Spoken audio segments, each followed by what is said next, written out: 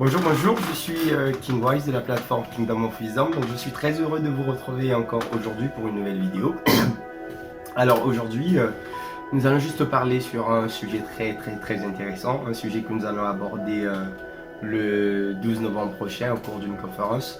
Alors avant la conférence, j'ai voulu partager ce petit sujet avec vous parce que c'est toujours important de venir prendre part à une conférence tout en ayant quelque chose en soi, parce que venir juste comme ça, parfois ça peut faire en sorte que est-ce que ça répond vraiment à mes attentes, est-ce que ça sera bon, est-ce que donc on peut avoir beaucoup d'interrogations. Alors du coup moi j'ai voulu voilà, essayer un peu d'apporter ou encore d'éclairer votre lanterne en ce sujet. Donc le thème de la conférence, ça sera comment changer ses problèmes en opportunités. Alors déjà c'est un thème très intéressant parce que dans notre pays, dans notre société, on a plusieurs problèmes. Alors comment on va faire en sorte que on change ces problèmes en opportunités? Alors ce qu'il y a de très intéressant là-dedans, c'est l'image qu'on nous montre. On nous montre soit l'image d'une bouteille à moitié vide ou à moitié pleine, soit l'image d'un verre à moitié vide ou à moitié pleine. Et la question qu'on nous demande, c'est que vois-tu? Finalement, toi qui m'écoutes maintenant, qu'est-ce que tu vois? Toi qui m'entends, qu'est-ce que tu vois? Tu as regardé l'image, tu as regardé voilà, la photo, tu as regardé l'affiche, et qu'est-ce que tu vois? Est-ce que tu as déjà une réponse par rapport à ce que tu vois? Parce que en réalité, que tu vois une image à moitié vide ou à moitié pleine, ça ce n'est pas vraiment la chose la plus importante. Mais la chose la plus importante, c'est ce que tu fais de ce que tu vois. La plupart des gens ne réussissent pas parce qu'ils veulent ramener leur pensée, ils veulent ramener leur vision à la vision commune. C'est ce qu'on appelle l'effet groupe ou encore l'effet Salomon Asch. Et cet effet généralement, il est trompeur. Il est trompeur pourquoi?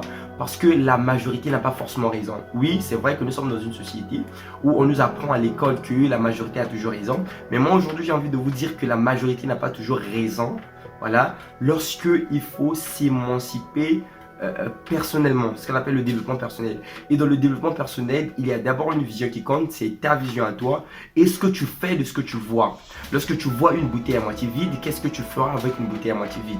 Lorsque tu vois une bouteille à moitié pleine, qu'est-ce que tu fais d'une bouteille à moitié pleine? Et c'est ça qui est très intéressant. Et c'est même ça qui parfois, c'est le manque de ce parce que, c'est le manque de la raison de ce pourquoi qui fait en sorte que les gens dans notre pays ne se développent pas. Du coup, lorsqu'une personne voit une bouteille à moitié vide, il se demande, qu'est-ce qu'a vu mon frère? On va lui dire non, ton frère a vu une bouteille à moitié pleine. Il a lu le change. Oui, moi également, je veux voir une bouteille à moitié pleine.